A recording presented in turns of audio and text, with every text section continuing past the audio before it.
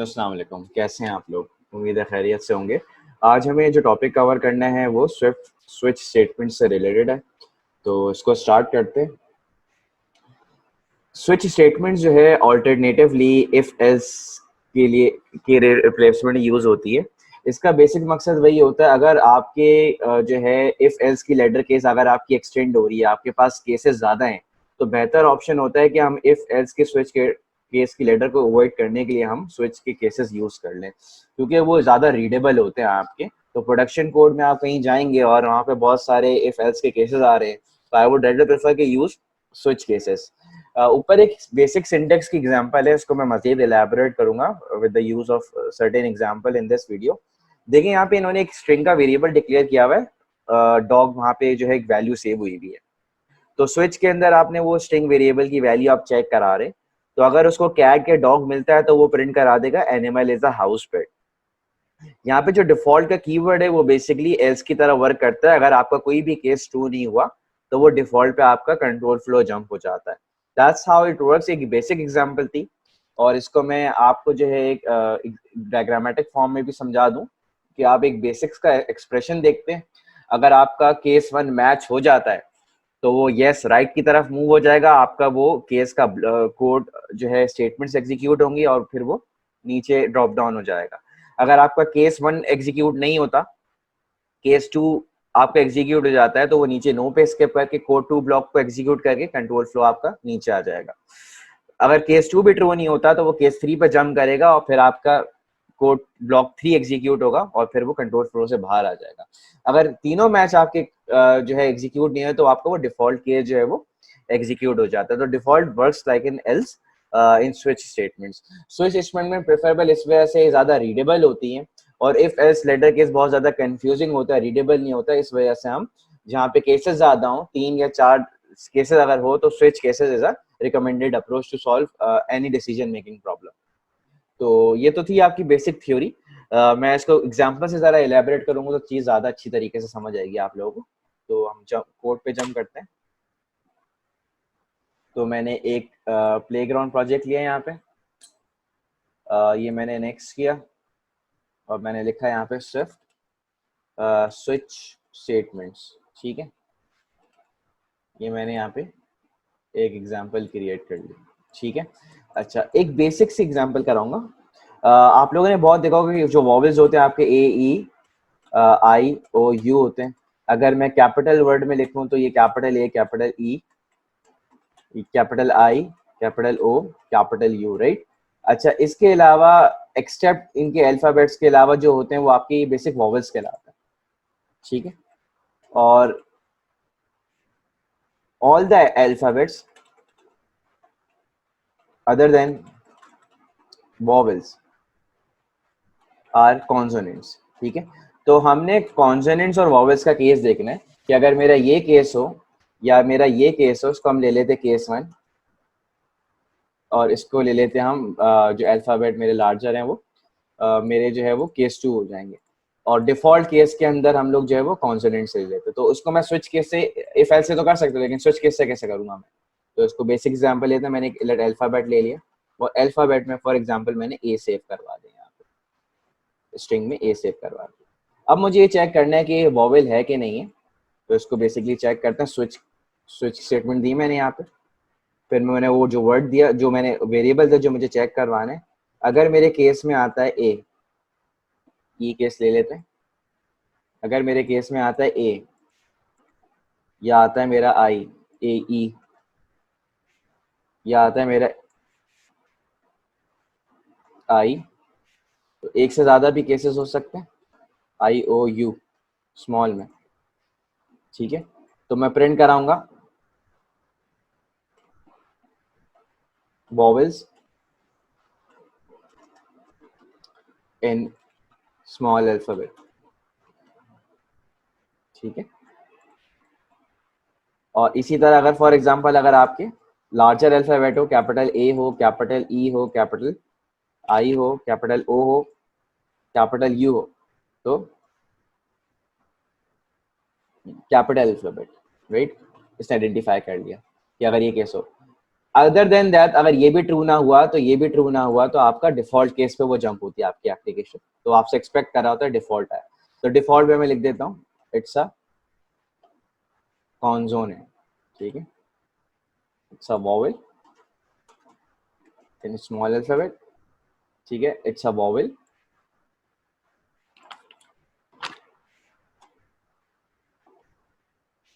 In a capital alphabet in a small alphabet, right. अब यहाँ पे ए है तो जाहिर सी बात है आपका फर्स्ट केस ट्रू हो रहा है यहाँ पे, तो अगर मैं इसको एग्जीक्यूट करूंगा तो आपकी पहली वाली स्टेटमेंट ट्रू हुई और ये आपका एग्जीक्यूशन से बाहर आ गया, आपने केस 2 नहीं देखा ना केस 3 देखा है यहाँ पे, ठीक है। तो आपकी एग्जीक्यूशन जो, आप जरा इसको जरा राइट पे मैं जरा देख के समझाता हूँ आपको, तो आपका फर्स्ट केस 2 हो गया, तो आपका डिफॉल्ट पे ये डिफॉल्ट से बाहर आ गया आपका केस, ये भी एग्जीक्यूट नहीं करेगा, इसको भी स्किप करेगा। अब एक काम करते हैं, सेकंड मैचअप करवाते हैं, इसको मैं कैपिटल ई ले लेता हूँ, ठीक है। तो अब इसने क्या करेगा बेसिकली, ये आपकी फर्स्ट स्टेटमेंट, ये जो फर्स्ट केस स्किप कर देगा, ये सेकंड पे आ जाएगा। अब इसने देखा यहाँ पे ई है तो इससे ये केस एग्जीक्यूट कर दिया, तो it's a vowel in a capital A, तो फर्स्ट आपका इग्नोर हुआ, तो सेकंड वाला आपका ट्रू था, तो कोड 2 आपका एग्जीक्यूट हो गया। अब थर्ड केस नहीं है, यहाँ पे डिफॉल्ट है, तो अगर ये भी ट्रू नहीं है ये भी ट्रू नहीं है, फॉर एग्जाम्पल मैं एफ ले लेता हूँ यहाँ पे, ठीक है। तो आप एफ को एग्जीक्यूट करूंगा तो आपका ये भी ट्रू नहीं है, आपका ये भी ट्रू नहीं है, तो डायरेक्ट डिफॉल्ट पे आपका जंप करेगा। तो देखिए यहाँ पे इट्स अ कॉन्सोनेंट आ रहा है, तो ये बेसिक आपकी एग्जांपल है स्विच केसेस की। अब मजीद हम इसको आगे लेके चलते हैं, एग्जांपल नंबर 2 देखते हैं, ठीक है। एग्जांपल नंबर 2 यहाँ पे देखते हैं हम लोग। एग्जांपल नंबर 2 के अंदर हमने फॉर एग्जांपल एक लिया, लेट आवर ऑफ डे लिया और इसको मैंने ले लिया यहाँ पे 12, ठीक है। लेट टाइम ऑफ डे लिया मैंने यहाँ पे और इसको मैंने रॉ करके स्ट्रिंग ले ली। अब हमने प्रीवियस वीडियोस के अंदर ये एग्जांपल डिस्कस कर चुके हैं, तो मैं ऐसी एग्जांपल को स्विच केसेस से जो है वो डिस्कस करूंगा। तो अगर जिन्होंने नहीं देख लिया तो वो मेरी प्रीवियस एग्जांपल दे सकता है, मैंने एग्जांपल ये इफ एल्स से डिस्कस की थी। अब इसी को मैं स्विच केसेस के अंदर जो है वो एग्जीक्यूट करके दिखाऊंगा। फॉर एग्जांपल यहाँ पे मेरा आवर ऑफ डे को मैं स्विच केस बना रहा हूँ यहाँ पे, तो ये जो एग्जांपल 2 है, I am using ranges with switch cases, this is something switch statements. तब यहाँ पे मैंने केस लिया फॉर एग्जांपल कि अगर मेरी जो है आवर ऑफ डे की वैल्यू जो है वो 0 से लेके जो है वो 5 के दरमियान होती है इंक्लूसिव, ठीक है। ये मैंने एग्जांपल डिस्कस की थी रेंजेस की लास्ट लेक्चर के अंदर, तो आप देख सकते हैं, तो प्रिंट करवा दें, बल्कि टाइम ऑफ डे में सेव करवा दें।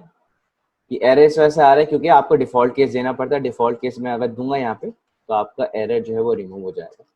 तो ऐसा कुछ इसको हम लोग जो है अभी रिमूव करते हैं। तो टाइम ऑफ डे की मैंने यहाँ पे वैल्यू दे दी अर्ली मॉर्निंग,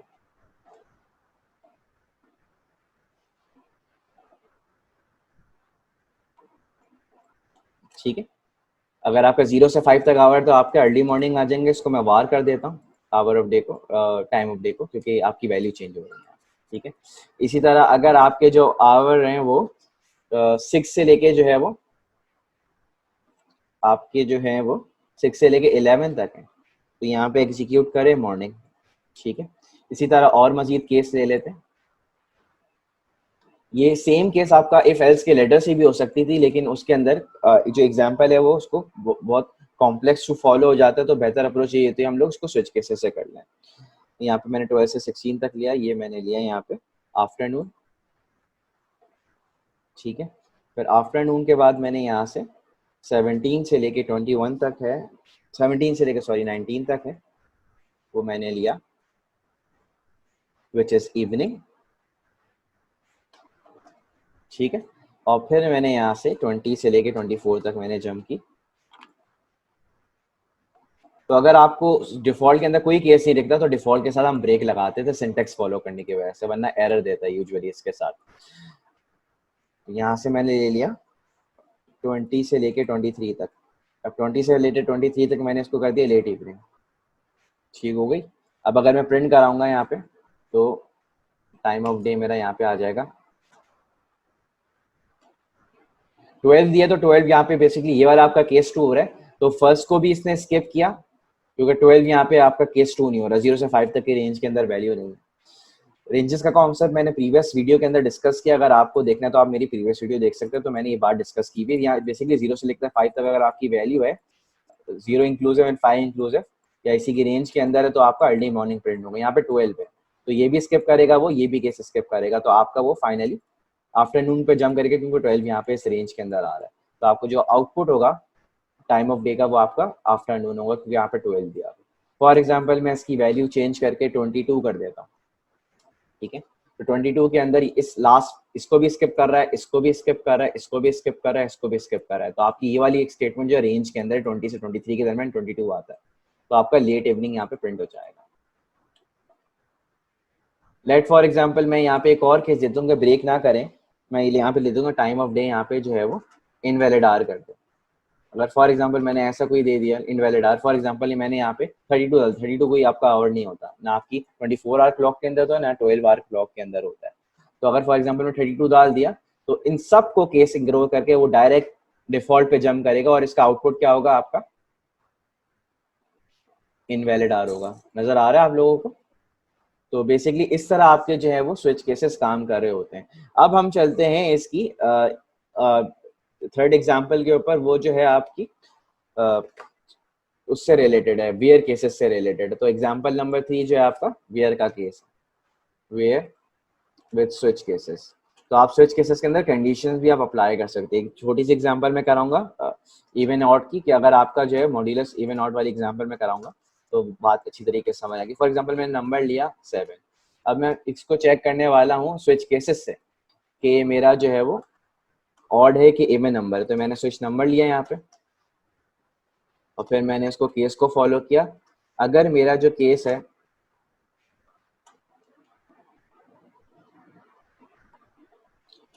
लेट एक्स लिया मैंने, where x mod 2 double equals to 0 है, तो प्रिंट करें यहाँ पे even number, x is an even number, is an even number. तो आपने जो वैल्यू नंबर 7 की चेक करनी है, अगर ये कंडीशन ट्रू हो जाती है तो आपकी कंडीशन वो चेक करेगा कि अगर इसका मॉड्यूलस 0 है तो आपका इवन नंबर हो जाएगा। अगर ये कंडीशन फॉल्स होती है तो डिफॉल्ट पे जाके वो ऑड प्रिंट करेगा। तो आपकी कंडीशन तो यहाँ पे ट्रू नहीं हो रही, तो इट्स एन ऑड नंबर। तो यहाँ पे मैंने लेट एक्स एक नया वेरिएबल इंट्रोड्यूस करा है क्योंकि मैं इसको प्रिंट स्टेटमेंट के अंदर यूज कर रहा हूँ। तो मैं इसको इग्नोर भी करा सकता था, डायरेक्ट नंबर भी यूज कर सकता था, लेकिन अगर आप प्रिंट स्टेट अगर किसी केस के अंदर आपको कोई वेरिएबल यूज हो रहा है जो इस कंडीशन के अंदर है तो आप इंट्रोडक्शन करा के इसको प्रिंट स्टेटमेंट के अंदर यूज करवा सकते हैं। तो अगर मैं इसको प्रिंट करवाया तो इट्स एन ऑड नंबर मेरा आंसर आना चाहिए क्योंकि 7 जो है आपकी ये वाली कंडीशन ट्रू नहीं है तो डायरेक्ट डिफॉल्ट पे जंप करेगा। तो अगर मैं प्रिंट करूँ इसको तो आपका इट्स एन ऑड नंबर दे रहा है। लेकिन अगर फॉर एग्जांपल मैं यहाँ पे 10 कर देता हूँ which is an even number, तो आपकी कंडीशन ये वाली ट्रू हो जाएगी, बताएगा 10 इज एन इवन नंबर। तो इस तरह हम लोग कंडीशंस को भी स्विच के अंदर यूज कर रहे होते हैं। बहुत सारी लैंग्वेज के अंदर सी हो गई, सी प्लस प्लस हो गई, वहाँ कंडीशंस जो है यूजुअली पहले अप्लाई नहीं होती थी, लेकिन स्विफ्ट के अंदर ये पावर है कि हम जो है स्विच स्टेटमेंट्स के अंदर कंडीशन भी यूज कर सकते हैं। ये एंड और लॉजिकल ऑपरेटर के साथ मल्टीपल कंडीशन भी आ सकती हैं वेयर के बाद। फॉर एग्जाम्पल अगर मुझे इस एक्स को अवॉइड करना हो, अगर मुझे इसकी रिक्वायर्ड ना हो, तो आप इसको इस तरह भी कर सकते हैं कि आप जो अगर एक्स या डायरेक्ट इवन नंबर आप कर दें, सिंप्लीफाई कर दें, अगर आप उसकी रीड नहीं है तो आप अंडरस्कोर करके इसको इग्नोर भी करा सकते हैं, डायरेक्ट कंडीशन अप्लाई कर सकते हैं, जैसे मैंने यहाँ पे नंबर यूज किया। तो ऐसे भी इसको यूज करा जा सकता है। ये उस केस में हम वेरिएबल इंट्रोड्यूस करवाते हैं अगर हमें प्रिंट स्टेटमेंट के अंदर यूज करना। तो मैंने इसको यहाँ इग्नोर करा दिया क्योंकि इसकी कोई नीड नहीं है, तो अब हम डायरेक्ट इस तरह भी कर सकते हैं, तो डायरेक्ट वो इवन नंबर देगा। ठीक है, तो यहाँ पे आपका जो है इस तरह भी इसको अप्लाई कर सकते हैं। एक और एग्जाम्पल पे हम जंप करते हैं जो किससे रिलेटेड है, जो आपकी जो है वो स्विच स्टेटमेंट जो है वो एग्जाम्पल नंबर 4, ये आपकी रिलेटेड है स्विच विद ट्यूपल्स के साथ। अब मैं एक ट्यूपल यहाँ डिक्लेयर करता हूँ कोऑर्डिनेट्स का, और ये मैंने लिया x और मैंने लिया 2, यहाँ पे y लिया मैंने, y की वैल्यू ली मैंने 4 और z की वैल्यू ली मैंने यहाँ पे 9। ठीक है, अब मैंने लिया स्विच कोऑर्डिनेट्स, आपका केस हुआ यहाँ पे case let x comma y, क्योंकि मैं इसको यूज कर रहा हूँ, where x double equals to y। अगर ये है आपकी कंडीशन ट्रू हो रही है तो प्रिंट करें along the along the y equals to x lines. The coordinates x and y are along the y equals to x line. तो आपने ये स्टेटमेंट देखिए, आप इसको यूज कर रहे हैं, तो अगर x और y के बराबर होगा तो आपकी कंडीशन ट्रू हो जाएगी। एक और केस लेते हैं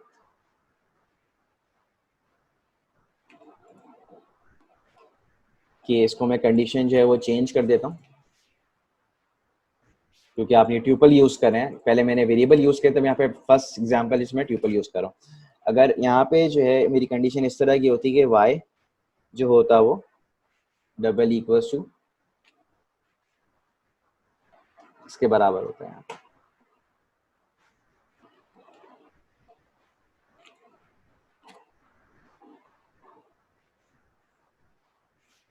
तो अब यहाँ पे डिफॉल्ट में मैं एक जरा स्टेटमेंट दे देता हूँ,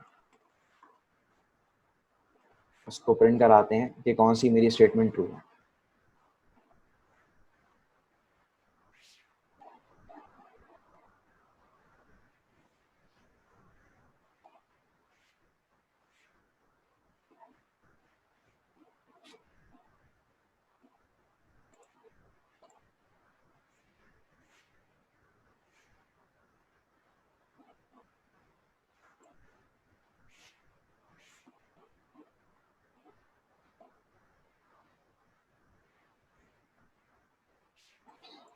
ये मैंने इसको यहाँ पे इग्नोर करवाना था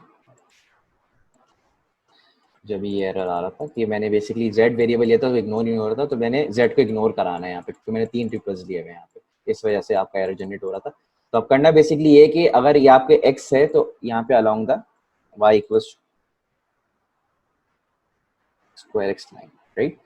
तो यहाँ पे कंडीशन जो है y जो है वो x इंटू एक्स के बराबर है, तो आपकी सेकंड वाला केस ट्रू हो रहा है कि y double equals to x square line. तो यहाँ पे आपको ट्रू हुआ, तो देखें आपकी ये वाली कंडीशन आपकी ट्रू हो रही है, क्योंकि ये जो है आपका y जो है वो 2 मल्टीप्लाई बाई 2 4 के बराबर होता है। अब एक काम करते हैं, इसको ट्रू कर देते हैं कि अगर मैं 5 x भी 5 कर दूं और y भी 5 कर दूं, अगर मैंने इसको प्ले किया, ये डिफॉल्ट ब्रेक में इस वजह से लगाया क्योंकि हम एल्स के केस को इग्नोर कर रहे हैं। जब भी हमें एल्स का केस इग्नोर करना होता है तो यहाँ पे ब्रेक लगाना पड़ता है। तो अगर मैं प्ले करूँ इसको, तो देखें यहाँ पे आपकी इस तरह का along the y equals to x line आ रहा है, क्योंकि यहाँ पे y और x की वैल्यू जो है यहाँ पे ट्रू है। तो 5 5 आपके कोऑर्डिनेट आ रहे हैं, तो दोनों बराबर हैं, तो आपकी कंडीशन ट्रू आई, तो फर्स्ट केस आपका एग्जीक्यूट हो गया। अगर सेकंड केस एग्जीक्यूट करना होता तो इसका मतलब ये होता कि जो y है वो x का स्क्वायर है। तो अगर मैं फॉर एग्जांपल इसको 25 कर देता हूँ y को, तो आपकी सेकंड वाली कंडीशन जो है 5 मल्टीप्लाई बाई 5 25 ट्रू हो जाएगी, तो आपका सेकंड केस जो है वो एग्जीक्यूट हो जाएगा। तो आपका सेकंड केस वाला एग्जीक्यूट हो रहा है। लेकिन अगर मैं तीनों की चेंज कर देता हूँ, फॉर एग्जांपल मैं इसको 7 कर देता हूँ यहाँ पे, तो आपकी जो है वो कुछ भी नहीं होगा प्रिंट, क्योंकि आपका वो बेसिकली बाहर चले आ रहे हैं ब्रेक से, तो आपको कुछ भी एग्जीक्यूट नहीं, ये एग्जीक्यूट हुआ ना ये एग्जीक्यूट हो रहा है, क्योंकि आपके तीनों कोऑर्डिनेट्स जो है वो डिफरेंट है। तो अब एक और एग्जांपल देखते हैं इसको मजीद डिटेल में। ये फॉर एग्जांपल मुझे एक एग्जांपल करनी है जिसके अंदर मेरा ट्यूपल डिफाइन है। ट्यूपल की एग्जांपल मैं और करा देता हूँ ताकि अच्छी तरह समझ आ जाए। तो एक कॉम्प्लेक्स थोड़ी सी एग्जांपल है, मैं फॉर एग्जांपल एक वेरिएबल ले लेता हूँ प्रोफाइल इन्फो की, ठीक है, जिसमें मेरा नाम हो, यहाँ पे लिख दिया फरहाज, ठीक है, और मेरी एज है यहाँ पे मैंने फॉर एग्जांपल लिख दी यहाँ पे 27। अब ये चेक कर रहा है कि मैं किस एज जो है कैरेक्टर में लाई करता हूँ, तो मैंने स्विच लिया, प्रोफाइल इन्फो लिया अपनी इंफॉर्मेशन, और यहाँ पे केस लिया, केस मैंने ले लिया यहाँ पे नेम फर्स्ट, और फिर मैंने एज ले ली वेयर। अगर मेरी एज जो है वो 0 से लेके एज मेरी जो है वो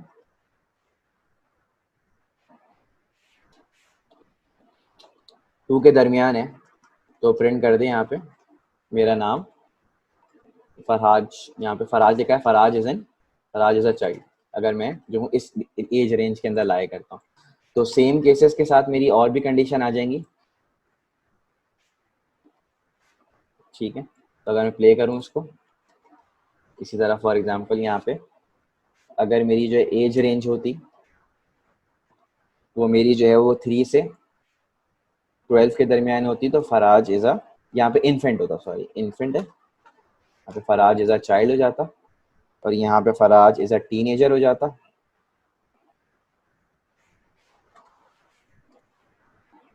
ठीक है, और यहाँ पे अभी मैं इसके एरर को भी रिमूव करता हूँ, तो 2 मिनट मुझे दीजिएगा। 19 किया मैंने इसको, और अगर ये कंडीशन ट्रू नहीं होती तो मेरी ये वाली कंडीशन ट्रू हो जाएगी कि 20 से लेके 39 तक फरहाद इज एन एडल्ट। ठीक है, और फिर मैंने यहाँ पे किया, अगर मेरा वो ग्रेटर देन 61 प्लस हो, 39 से बड़ा हो या 40 से बड़ा हो, ठीक है, 40 प्लस हो आपका, 40 और 40 से प्लस हो, तो फराज इज एन एल्डरली। ठीक है, ये मैंने कंडीशन डिफाइन कर दी इसकी कि अगर इससे 40 या 40 से बड़ा हो तो वो आपके एल्डरली का केस देगा। और डिफ़ॉल्ट में मैं यहाँ इसको ब्रेक कर देता हूँ। डिफ़ॉल्ट में हम लिख देते हैं, फॉर एग्जांपल कोई किसी ने नेगेटिव एज डाल दी तो मैं लिख देते हैं यहाँ पे इनवैलिड एज। ठीक है, तो ये कंडीशन आपके यहाँ ट्रू हो जाएगी।